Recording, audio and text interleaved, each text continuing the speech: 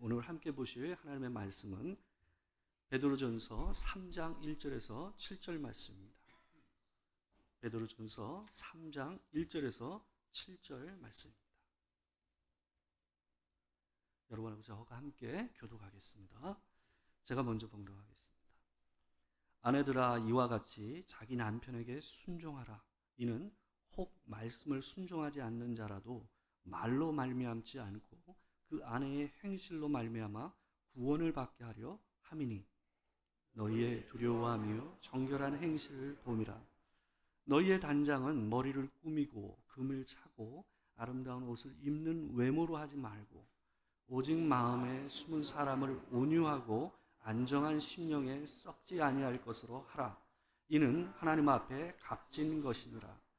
전에 하나님께 소망을 두었던 거룩한 부녀들도 이와 같이 자기 남편에게 순종함으로 자기를 단장하였나니, 사라가 아브라함을 주라 칭하여 순종한 것 같이 너희는 선을 행하고 아무 두려운 일에도 놀라지 아니하면 그의 딸이 된 것이니라. 다 같이 읽겠습니다. 남편들아, 이와 같이 지식을 따라 너희 아내와 동거하고 그를 더 연약한 그릇이요 또 생명의 은혜를 함께 이어받을 자로 알아 귀히 여기라. 이는 너희 기도가 막히지 아니하게 하려 함이라. 아멘.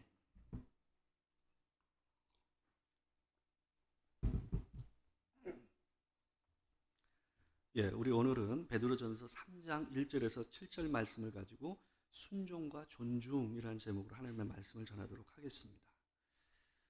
여러분, 어떤 책이든지 그 글이 쓰여진 시대의 문화와 시대의 상황을 초월해서 쓰여질 수 있는 책은 없습니다. 왜냐하면 그 책을 쓴 사람이 바로 그 한 시대의 사람이기 때문에 그렇습니다. 그 시대의 문화와 그 시대의 상황 속에서 그 사람은 자라왔기 때문에 그 사람의 생각 안에는 그 시대의 정신이 스며들어가 있습니다. 결국 그 사람이 짓는 책 안에는 그 시대의 정신을 벗어날 수 없는 그런 것이다라는 거죠. 그런 면에서 시대를 초월한 책은 없다라고 얘기할 수 있습니다. 여러분, 그런 부분에서 성경도 마찬가지입니다. 성경은 시대를 초월한 하나님의 진리를 담고 있습니다. 어느 시대든지 그 사람들에게 생명을 줄 수 있는 진리를 담고 있는 것이 성경입니다. 그렇지만 성경을 하나님께서는 사람을 통해서 쓰게 하셨습니다. 사람을 통해서 하나님의 감동하심을 통해서 성경을 기록하게 했다라는 것은 그 시대에 그 사람이 가지고 있는 그 인격과 그 시대의 사람들의 생각과 문화, 그 사람의 가지고 있는 고유한 성품과 경험이라는 것을 따로 떼어놓지 않으셨다라는 거예요. 그것을 성경 안에 같이 담으셨다라는 얘기입니다. 그래서 이 인간 저자인 사람의 어떠함이 성경 안에도 투영이 되어 있습니다. 성경이 쓰여진 이 고대 시대는 신분과 우열과 또한 차등이 분명했던 시대였습니다.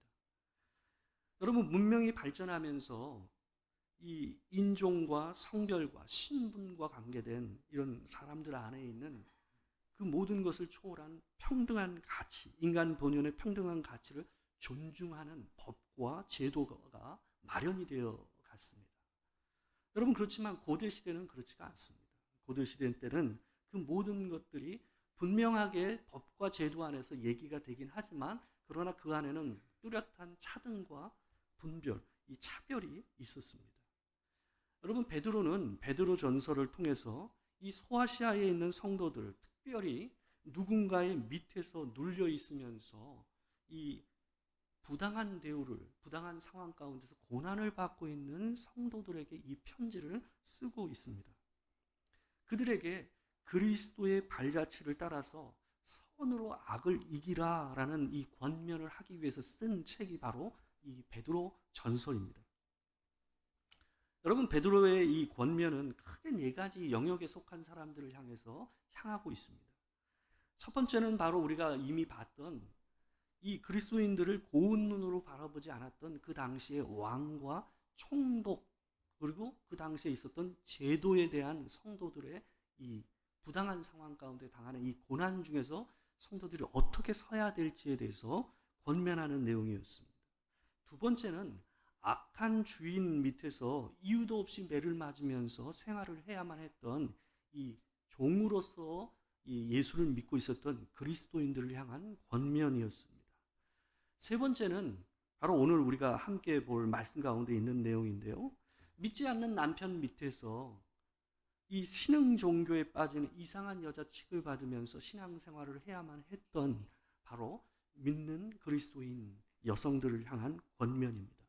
그리고 마지막으로 우리가 다음 주에 보게 될 내용은 같은 공동체 안에서도 이 하나님을 믿는다고 하지만 여전히 하나님을 믿는 바를 따라 살지 않으면서 다툼과 시기와 질투가 있었던, 서로를 존중하기 부족했던 성도 안에서의 그 갈등하고 있었던 참된 그리스도인들을 향한 이 권면의 내용이 바로 이 베드로전서의 내용 가운데 있습니다. 여러분, 특별히 오늘은 이 세 번째 부분, 바로 믿지 않는 남편하고 함께 거하고 있었던 여인들과 또한 믿음을 가지고 부부 생활을 하고 있었던 이 남편을 향해서 이 권면을 하는 내용을 우리가 오늘은 살펴보도록 하겠습니다. 여러분, 남자와 여자, 남편과 아내의 문제는 사회의 아주 기초적인 구조를 만들어내는 이 문제입니다. 그러다 보니 아주 민감합니다. 왜냐하면 이것을 어떻게 바라보느냐에 따라서 남편이 할 일, 여자가 할 일, 또한 이 남자의 일, 여자의 일, 그 역할과 위치가 달라지기 때문에 매우 민감한 문제입니다. 이 문제를 어떻게 바라보느냐에 따라서 사회의 모든 구조가 바뀐다고 해도 이 과언은 아닙니다.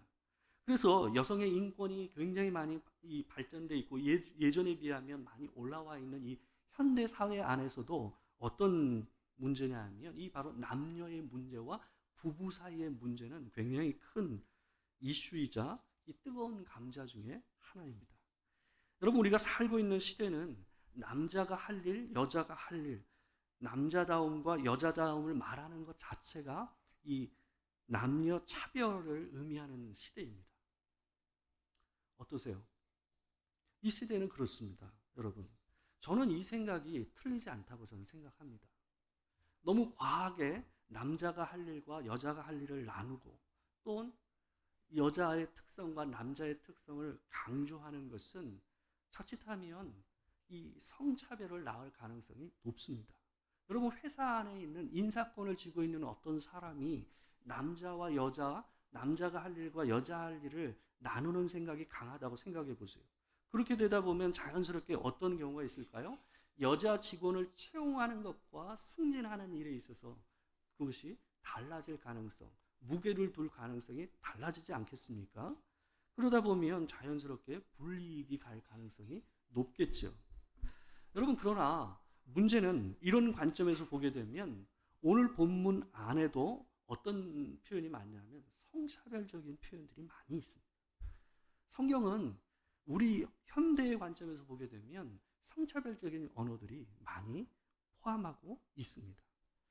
여러분, 믿는 아내를 갖다가 향해서는 믿지 않는 남편에게 순종할 것을 권면하고 있습니다. 또한 믿는 남편을 향해서는 뭘 권면하고 있냐면 아내를 귀히 여길 것을 권면하고 있습니다. 여러분 보세요. 여자에게는 순종할 것을 얘기하고 남편에게는 여성, 아내를 귀히 여기라고 얘기하고 있어요. 어감이 좀 다르지 않습니까? 아마 여성분들은 여기에 나오는 이 순종이라는 표현이 거북스러울 수도 있습니다. 또한 한편으로는 불쾌할 수도 있습니다. 여러분, 더군다나 여성을 향해서는 오늘 본문을 보게 되면요 1절에서 6절까지 꽤 길게 권면을 하고 있습니다. 근데 믿는 남편을 향해서는 7절 한 구절만 얘기하고 있어요. 어떠세요? 여성 입장에서는 불쾌하지 않습니까? 좀 이상하지 않습니까? 여러분, 분명 성경은 현대적인 관점에서 보게 되면 이 성차별적인 언어들을 가지고 있습니다. 그러나 여러분, 오늘 본문이 여성들에게 순종할 것을 요구하고 또한 유독 여성 그리스도인들에게 길게 권면하고 있는 것은 그 시대적인 이유가 분명히 있었기 때문에 그렇습니다. 베드로는 소아시아에 있는 모든 사람들에게 권면을 하기보다는 특별히 소아시아에 있으면서 예수를 믿는다고 하지만 부당한 대우를 받고 있으면서 고난을 당하고 있는 그리스도인들에게 특별히 편지를 쓰고 있는 거예요. 여러분, 이 편지의 내용을 우리가 앞에서 4가지 권면 받은 사람들 얘기했다시피 첫 번째는 누구였습니까? 소아시아의 그리스도인들은 그리스도인이 되면서 그리스도인들에 대한 편견과 거짓 소문을 듣고 있었던 왕과 총독 밑에서 생활을 해야만 했습니다. 그들 가운데서 어떻게 살라고 이 베드로가 얘기하고 있냐면 2장 13절과 14절 말씀에서 이런 내용을 얘기하고 있습니다. 2장 13절과 14절 내용을 한번 보시게 되면 주를 위하여 순종하라 라고 얘기하고 있어요. 분명히 이들이 이로 인해서 왕과 총독에 의해서 부당한 대우를 받고 있음에도 불구하고 뭐라고 얘기를 하고 있습니까? 주를 위하여 순종하라 라고 권면을 하고 있어요. 두 번째로 베드로는 18절에서 보게 되면 종의 신분에서 그리스도인이 된 사람들에게 악한 주인에게 부당하게 매를 맞는다고 할지라도 뭐하라고 그래요? 그들에게 순종하라 라고 동일하게 얘기하고 있습니다. 모함으로 그 악한 주인이 두려워서가 아니라 하나님을 두려워함으로 그들에게 순종하라 라고 명령을 하고 있습니다. 여러분, 이런 맥락에서 믿지 않는 남편들에게 이 신흥 종교를 믿는다고 핍박을 받고 있었던 여성 그리스도인에게 동일한 권면을 하고 있는 거예요. 이 권면의 첫 시작이 어떻게 시작되냐면 1절을 보면 이와 같이라는 단어로 시작하고 있어요. 이와 같이. 또한 7절을 보게 되면요, 남편 그리스도인에게도 동일하게 무슨 말로 시작하냐면 이와 같이라는 표현을 쓰고 있어요. 여러분, 여기서 얘기되는 이와 같이라는 표현은 뭐냐 하면 앞에서 권면한 것과 동일한 원칙으로, 동일한 원리로라는 의미를 담고 있는 거예요. 앞에서 어떻게 권면을 했습니까? 왕과 악한 총독과 또한 제도 밑에 살지라도 너희가 뭐 하라고요? 하나님을 두려워함으로 순종하라 라고 권면했잖아요. 또한 악한 주인 밑에서 뭐 할지라도 그 억울한 매를 맞을지라도 너희가 하나님을 두려워함으로 뭐하라? 그 주인을 공경하고 순종하라 라고 권면했잖아요. 그 맥락 안에서 이와 같이 동일하게 너희가 믿지 않는 남편과 살아갈 때에 그 남편으로 인해서 네가 핍박을 당하고 어려움을 당한다 할지라도 이와 같이 뭐하라?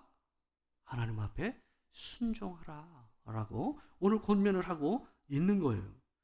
여러분, 이 이와 같이는 2장 17절 말씀을 받고 있습니다. 2장 17절을 같이 한번 읽어보겠습니다. 자, 읽겠습니다. 자, 시작. 무사람을 공경하며 형제를 사랑하며 하나님을 두려워하며 왕을 존대하라. 이게 대원칙이에요. 여러분, 베드로는 우리가 다른 사람들을 존대하고 사랑하는 이유를 우리를 향한 두려움, 곧 경외하는 마음, 하나님을 향한 두려움, 하나님을 향한 경외하는 마음에서 출발하고 있어요.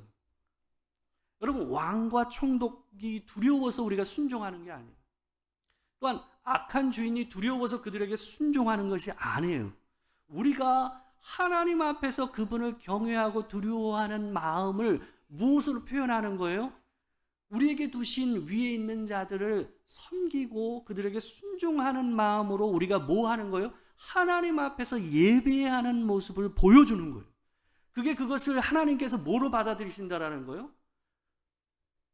그 순종을 하나님께서는 자기를 향한 순종으로 받아들이신다라는 거예요.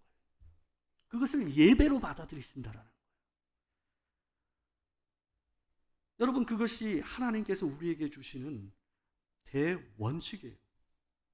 여러분, 동일한 맥락에서 베드로는 믿지 않는 남편에게 핍박 가운데 있는 아내들에게 그 부당한 상황 중에서도 뭐 하라고? 순종하라고 얘기하고 있는 거예요. 베드로가 아내들에게 믿지 않는 남편에게 순종하라고 하는 것은 여러분, 그들이 여성이기 때문에 그런 게 아니에요. 또한 남편이 남성이기 때문에 그런 것이 아니에요. 그들을 향해서 베드로가 여성 보고 네 남편, 믿지 않는 남편에게 순종하라 얘기하는 것은 남녀 차별적인 의미에서가 아니라 2장 21절 말씀을 보게 되면 그 이유를 이렇게 얘기하고 있어요. 같이 한번 읽겠습니다. 자, 시작. 이를 위하여 너희가 부르심을 받았으니 그리스도도 너희를 위하여 고난을 받으사 너희에게 본을 끼쳐 그 자취를 따라오게 하려 하셨느니라. 여러분, 우리가 지난번에 보지 않았습니까? 베드로는 악한 중에도 선으로 악을 이기기 위함이 우리를 부르신 하나님의 뜻이라는 거예요. 예수께서 우리를 위해서 죽으신 이유가 거기에 있다라는 거예요. 여러분, 그렇기 때문에 믿지 않는 남편과 살 때에 그들의 핍박에도 불구하고 뭐 하라는 거예요? 순종하라 라고 얘기하고 있는 거예요. 여러분, 이 시대에 남자와 여자의 관계를 보여주는 글이 있습니다. 바로 베드로전서가 쓰여졌을 다음에 몇 년이 지나서 쓰여진 글인데요. 이 헬라의 이 유명한 작가이자 전기 작가이자 이 도덕가였다고 알려져 있는 사람입니다. 이 플루타크라는 사람인데요. 이 사람이 지은 책 중에 무슨 책이 있냐면 신부와 신랑들에게 주는 충고라는 책입니다. 같이 한번 읽어봅시다. 이 시대 사람들의 남녀간을 보여주는 거예요. 같이 읽겠습니다. 자, 시작. 이것은 여자들에게 적용된다. 여자들이 자기 남편들에게 복종한다면 그들에게는 칭찬이 있을 것이다. 하지만 여자들이 주도권을 잡으려 한다면 그 여자들은 자기들의 지배를 받는 사람들보다 더 가련한 인물이 될 것이다. 지배는 마땅히 남자가 여자에게 행사하는 것이어야 한다. 그러나 그 지배는 주인이 재산 가운데 일부에서 행사하는 지배로서가 아니라 영원히 육체를 통제하는 것과 같은 것이어야 한다. 이와 같이 남자들은 선한 뜻을 가지고 여자의 감정과 존재 속으로 들어가야 할 것이다. 여러분 어떠세요? 이게 베드로전서가 지어졌을 당시에 이 로마에 있었던 헬라의 전기 작가이자 도덕가라고 생각하는 사람들이 쓴 거예요. 그러니까 그 당시에 일반적인 남자들의 생각보다 훨씬 더 이 사람이 어땠을까요? 그래도 걸러진 생각 아니었을까요? 그래도 좀 낫다는 사람의 생각이 아니었을까요? 교양 있게 쓴 게 이거예요. 여러분, 남편에게 지배권과 통제권을 당연하게 여기는 식으로 글을 쓰고 있습니다. 이게 당대의 점잖은 도덕가의 글이에요. 그러나 여러분, 오늘 본문이 믿는 아내들에게 순종하라고 하는 것은 그들의 그 당연시 여겼던 그 시대의 남편의 지배권을 인정하기 때문에 얘기하는 것이 아니라라는 거예요. 오늘 본문은 1절과 2절 말씀을 보게 되면 이렇게 얘기합니다. 1, 2절 우리 같이 한번 읽어보겠습니다. 자, 시작. 아내들아, 이와 같이 자기 남편에게 순종하라. 이는 혹 말씀을 순종하지 않는 자라도 말로 말미암지 않고 그 아내의 행실로 말미암아 구원을 받게 하려 함이니 너희의 두려워하며 정결한 행실을 봄이라. 여러분, 아내들이 믿지 않는 남편에게 순종하는 것은 믿지 않는 남편들이 하나님의 말씀은 받아들이지 않잖아요. 말로 하는 말을 안 받아들이잖아요. 근데 여러분이 혹여라도 그 남편 앞에서 행하는 정결한 행실과 하나님의 말씀 앞에 있는 고귀한 윤리를 따라 행하는 그 아름다운 모습을 그 남편이 봄으로써 그 행동으로 인해 구원받을 수 있지 않겠느냐라고 얘기하고 있는 거예요. 여러분, 결국 여기서 베드로가 얘기하는 남편에게 순종하라고 얘기하는 것은 그 당시에 남녀 차별적인 관점이 아니에요. 뭡니까? 그 영혼을 구원하기 위함이에요. 예수 그리스도께서 우리를 위하여 죽으심으로 뭐 하셨습니까? 참으심으로 우리가 구원받은 것처럼 그 자치를 밟고 우리도 걸어가라라고 이렇게 권면하고 있는 겁니다. 여러분, 이런 관점이라면 반대라면 어떨까요? 만약에 여자가 안 믿고 남편이 믿는 가정이라고 생각해 봅시다. 그럼 어떨까요? 그럼 여기서 여자에게 얘기하고 있는 순종하라라는 이 권면이, 여자 앞에서 정결한 행실을 보이라라고 하는 이 권면이 누구에게도 해당될까요? 혼자 믿고 있는 남자에게도 동일하게 해당되는 권면이다 보는 것이 맞습니다. 이것이 옳은 해석이라고 저는 생각합니다. 이 시대에는 남편 혼자 믿는 경우가 없었어요. 그 시대에는 남자가 그 가정에서 결정하면 그 가정은 예수를 믿는 거예요. 그게 그 시대의 상황이에요.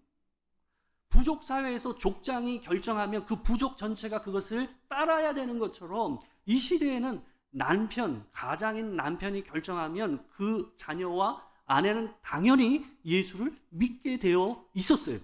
그러다 보니까 믿는 남편에게 권면을 할 때는 뭐예요? 믿지 않는 아내와 관계된 얘기가 없어요. 그렇기 때문에 1절에서 6절까지 있는 데를 보게 되면 어때요? 여성을 향한 권면이 길고 믿는 남편을 향한 권면이 짧았다는 거예요. 그 시대적인 이유가 있었던 거예요. 여러분, 그렇기 때문에 여기서 여성에게 얘기하고 있는 이 권면의 내용은 남편에게도 동일한 권면이다라고 해도 과언이 아니다라는 겁니다. 여러분, 고대의 시대나 지금이나 여자들은 자신을 꾸미는 것, 외모를 이쁘게 하는 것에 관심이 많았던 것 같습니다. 오늘 본문에 묘사한 내용들을 보게 되면요, 요즘 여성들이 관심을 갖는 것과 크게 다르지가 않아요. 3절을 보십시오. 3절에 이렇게 되어 있습니다. 너희 단장은 머리를 꾸미고 금을 차고 아름다운 옷을 입는 외모로 하지 말고. 비슷하지 않아요? 여러분? 헤어 메이크업, 그 다음에 또 뭐 하는 거예요? 주얼리, 그 다음에 또 뭡니까? 아름다운 옷, 멋진 옷을 입는 거. 그 당시에도 자기를 꾸미는 게 이와 같았던 것이죠. 뭐 좀 빠졌다 하면 가방, 가방과 구두, 그죠? 요즘 뭐 패션의 완성이라고 얘기하는 그런 거 아닙니까? 예. 그런 게 빠졌을 뿐이에요. 그런 면에서 보게 되면 외모는 좀 꾸미는 부분은 동일한 거죠. 근데 여러분, 외모는 어때요? 내 외모를 꾸미는 건요, 한눈에 보입니다. 저 사람이 옷을 잘 입었다 하는 것은 어때요? 뭐 자세히 안 봐도 그냥 딱 보면 어때요? 보이잖아요. 그죠? 근데 여러분, 숨겨진 내면, 마음의 숨은 사람으로 자신을 단장하라고 베드로가 지금 권면을 하고 있는데요, 이 마음 안에 있는 그 숨은 내면은 어때요? 그냥 보여요? 단박에 보여요? 안 보입니다. 그게 언제 보일까요? 숨겨진 내면의 아름다움은요, 힘들 때 보여요. 평안할 땐 그게 잘 안 보여요. 부부관계에서도요, 어려운 일을 당할 때에 그게 보여요. 여러분, 조강지처라는 말이 있습니다. 한번 보여주시겠어요? 조강지처라는 말인데요, 이게 여러분 그 찌개미나 이 쌀겨 같은 걸로 끼니를 때울 때, 이럴 때가 어느 때입니까? 매우 가난하고, 그죠? 형편없는 형편에 있을 때에, 그리고 자기가 찌질할 때에 함께 해줬던 아내를 얘기하는 말이 뭐예요? 그게 조강지처라는 말입니다. 여러분, 가난하고 미천한 상황 중에도 함께한 아내를 뜻하는 이 말처럼 내 속에 있는 아름다움은 이런 상황을 통과할 때 어때요? 드러납니다. 그때 함께했던 아내, 그때 함께했던 남편이 뭡니까? 특별한 겁니다. 여러분, 6절에서 아브라함의 아내였던 사라를 예를 들면서 이렇게 말합니다. 제가 한번 읽어보겠습니다. 사라가 아브라함을 주라 칭하여 순종한 것 같이 너희는 선을 행하고 아무 두려운 일에도 놀라지 아니하면 그의 딸이 된 것이니라. 여러분, 여기에 쓰인 아무 두려운 일에도 놀라지 아니한다라는 말은 남편과 함께 결혼 생활을 하면서 지나는 동안에 예상치 못한 일들이 벌어지는 것을 얘기하는 거예요. 힘든 일들이 오잖아요. 경제적인 어려움, 관계적인 어려움, 아니면 다른 자녀의 문제, 다양한 어려움들을 겪게 됩니다. 근데 그런 일을 겪을 때를 아무 두려운 일에도 뭐 하지 말고 놀라지 아니한다라고 표현하고 있어요. 여러분, 근데 이 말을 4절에서 이렇게 또 다른 말로 표현하고 있어요. 동일한 의미입니다. 4절 한번 보세요. 온유하고 안정한 심령이라고.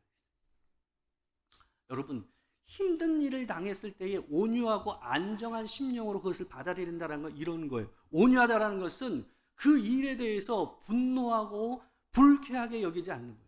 그 일이 내 인생에 일어나지 않아야 할 일이라고 생각하지 않는 거예요. 그게 온유한 심령으로 인생을 사는 거예요. 내 인생에도 그런 일이 일어날 수 있다는 것을 받아들이는 마음으로 있는 거예요.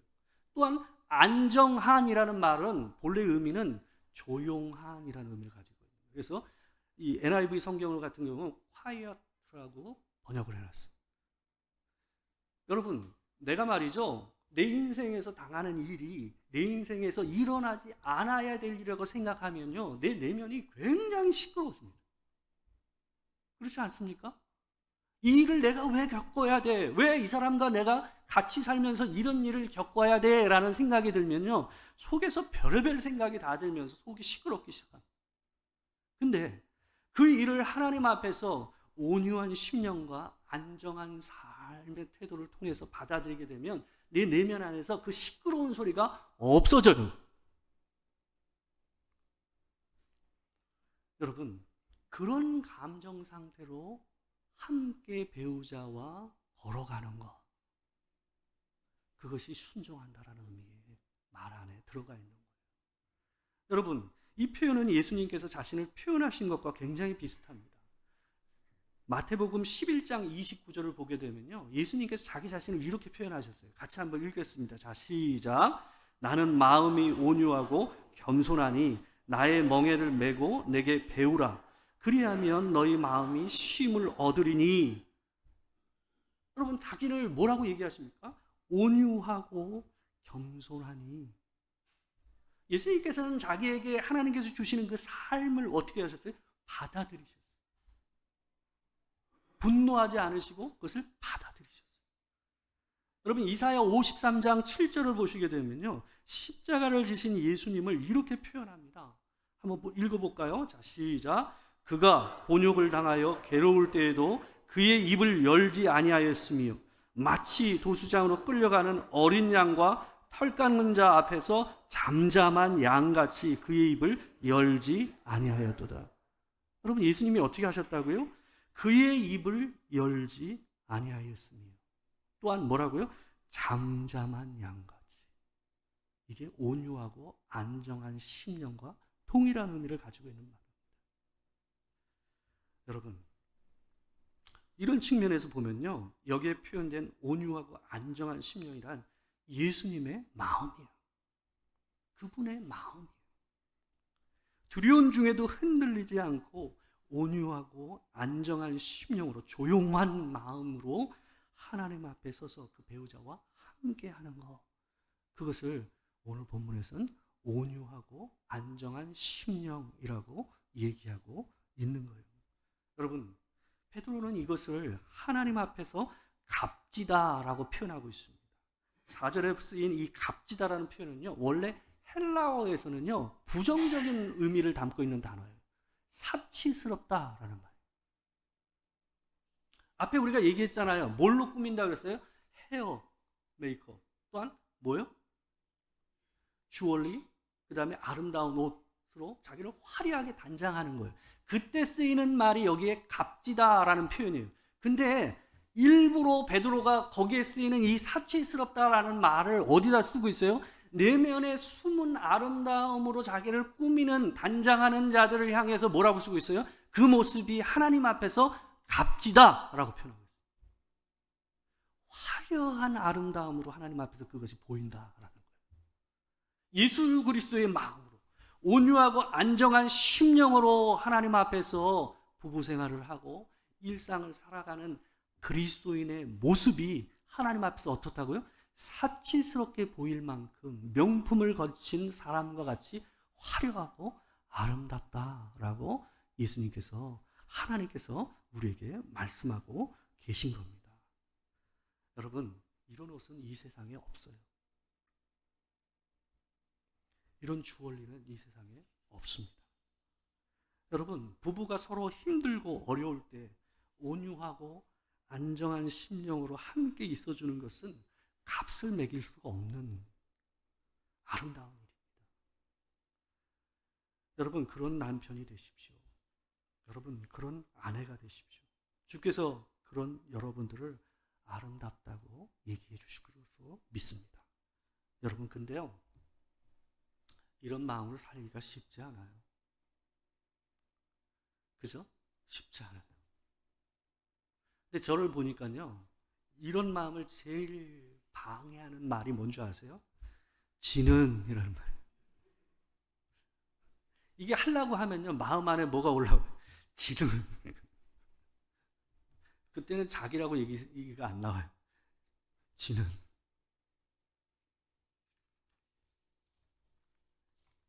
내가 먼저 하나님 앞에서 그 일을 실천하는 일을 가장 방해하는 마음이 뭐예요? 상대방이 내게 하는 것을 자꾸 떠올려. 그럼 못해요. 그러면 일도 실천을 못해요. 여러분, 예수님께서 우리를 위해서 죽으실 때 여러분과 제가 예수님께 하신 것을 갖다 보시고 하셨다면 하실 수 있었겠어요? 여러분, 안 하던 짓을 누가 먼저든 하셔야 돼요. 아내가 먼저든 남편이 먼저든 먼저 하셔야 돼요. 그래야 부부 관계가 바뀌어요. 여러분, 남편을 향해서 두 가지 권면을 합니다. 간단하게 좀 말씀드리겠습니다.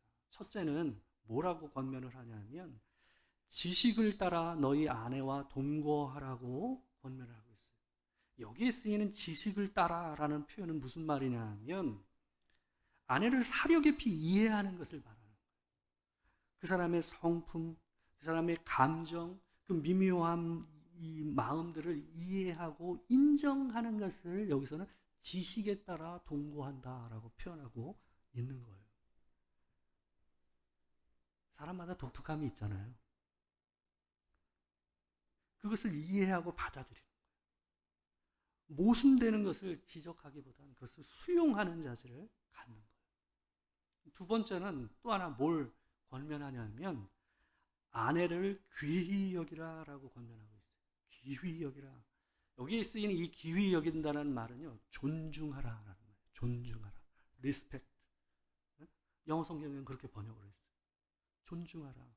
여러분, 제가 봤을 때 존중하는 건요, 두 가지하고 저는 관계되어 있다고 생각해요. 이해하는 것과 하고요, 경청하는 거예요. 이해하고 경청할 줄 알아야 돼요. 근데요, 아내가 얘기하는 걸 잘 듣기가 힘들어요. 왜냐하면 남자들이 얘기하는 대로 아내들이 얘기하지 않거든요. 사실을 중심으로 간략하게 얘기하지 않아요. 아내들은 자기의 감정을 읽어주길 원하기 때문에 어떤 것을 얘기할 때 A부터 Z까지를 다 얘기해 줘야 돼요. 그래야 자기가 얘기하고자 하는 감정이 전달할 수가 있거든요. 근데 남편들은 그걸 기다려서 듣기가 힘들어요. 그리고 아내들의 얘기가 두서가 없어요. 되게 얘기가 두서가 없어요. 언제 이 일로 이 이야기가 넘어갔는지 알 수가 없어요. 그러니까 집중하기가 어려운 거예요. 그래도 어때요? 들어야죠. 들어야죠. 저도 어떨 때는 아내 얘기가 때로는 듣기가 싫을 때도 있고 또 짜증나고 어떨 때는 화가 날 때가 있어요. 아내 얘기를 듣다 보면. 어떨 때는 그 얘기가 맞아요. 근데 짜증이 나. 그럴 때가 있어요. 그게 제 수준인 거예요. 제가 더 그릇이 크고 뭐 잘 받아들인다면 괜찮은데 그렇지 않을 때도 있는 거예요. 그게 제 그릇이니까 어쩔 수 없어요. 근데 저는 한 가지는 있어요. 저는 아내가 얘기한 얘기는 까먹지 않으려고 해요. 그때 당시에는 그 순간에는 그 얘기를 듣고 짜증을 내고 화를 낼지 모르지만 저는 기억하는 편입니다. 제 아내한테 한번 물어보세요. 거꾸로 얘기할지 모르겠어요. 근데 저는 아내가 얘기한 얘기를 그 당시에는 좀 싫은 얘기를 하더라도 저는 기억해요. 그 얘기를 그래서 늘 기억해 두고 마음에 두고 그것을 다른 때라도 꼭 하려고 노력해요. 그래서 대화를 해야 돼요. 상대방이 짜증을 내도 얘기를 해줘야 돼요. 남편한테. 남편이요, 짜증내도요, 들어요. 투들거려도요, 남편이요, 제일 무서운 게 누군 줄 아세요? 아내니까. 듣게 돼 있어요, 여러분. 그러니까 말씀하시는 것을 여러분이 원하는 방식으로 남편이 듣고 있지 않다고 화를 내시고 불평하지 마시고 얘기하시면 남편이요, 들어요. 안 듣는 것 같은데 들어요. 그게 뭐예요? 그게 리스펙. 여러분, 존중하고 살아가시기 바랍니다. 네. 여러분, 내 삶에 대한 그 사람의 영향력을 받아들이는 거, 그게 존중입니다. 뭐겠어요? 상대방의 말을 듣는 거죠. 네. 그러면 여러분의 가정이 조금 더 한 걸음 더 좋아지지 않을까요? 저도 그렇게 살아온 것 같아요. 여러분도 그렇게 살아가시면 좋을 것 같습니다. 함께 기도하겠습니다. 같이 기도하도록 하겠습니다. 내 안에 아내를 향한 존중과 또한 귀히 여기는 마음, 또한 내 아내를 내가 얼마나 알까 하는 생각을 한번 해보시기 바랍니다. 또 한편으로는 내가 남편의 연약함과 어려운 상황 가운데서 과연 내 마음 안에 온유하고 안정한 심령으로 그와 함께 했는가 한번 돌아보며 하나님 앞에 기도했으면 좋겠습니다. 기도하겠습니다. 사랑하는 주여 아버지 하나님, 우리가 이 시간 우리를 돌아봅니다. 아버지, 우리가 연약하고 부족해서 하나님 앞에서 그리스도의 자체를 따라가는 것이 쉽지 않습니다. 하나님, 내 마음에선 여러 가지 마음이 일렁거리고 일어날 때가 있습니다. 그래서 실천을 더 못하고 또 넘어지고 또 넘어질 때가 있습니다. 하나님, 우리를 긍휼히 여겨주시고 부부간에 더욱 존중하고 사랑하고 또 어려운 중에 그 자리를 함께 지켜주며 위로하고 힘을 낼 수 있는 부부가 될 수 있도록 주님 도와 주시옵소서. 주님, 우리 부부를 도우시고 함께하여 주시옵소서. 사랑하는 주님, 참 함께 산다라는 것이 쉽지 않음을 느낍니다. 우리가 죄인이요, 우리가 연약하기에 하나님께서 우리에게 보여주신 그 자체를 따라가는 그 걸음이 쉽지가 않습니다. 하나님, 우리 안에서 일렁이는 수많은 불평과 지적하는 말들, 이 모든 것들이 깔아앉게 하시고 하나님, 조용한 심령으로, 온유한 심령으로 내 아내를, 내 남편을 받아들이고 그의 어렵고 힘든 상황에 동행하며 함께하는 마음을 우리 가운데 허락하여 주시옵소서. 온전히 서로를 존중하며 하나님 앞에 사는 우리가 될 수 있도록 주님 도와 주시길 소망합니다. 지금은 우리 주 예수 그리스도의 은혜와 아버지 하나님의 크신 사랑과 성령의 교통하심이 진실로 하나님 앞에서 서로 존중하고 서로 힘들고 어려울지라도 그 자리를 지켜주는 부부로 살아가기를 소망하는 도토리교회 모든 성도들과 또한 홀로 지내고 있는 모든 성도들 가운데 주의 은혜로 함께 하시기를 축원하옵나이다. 아멘.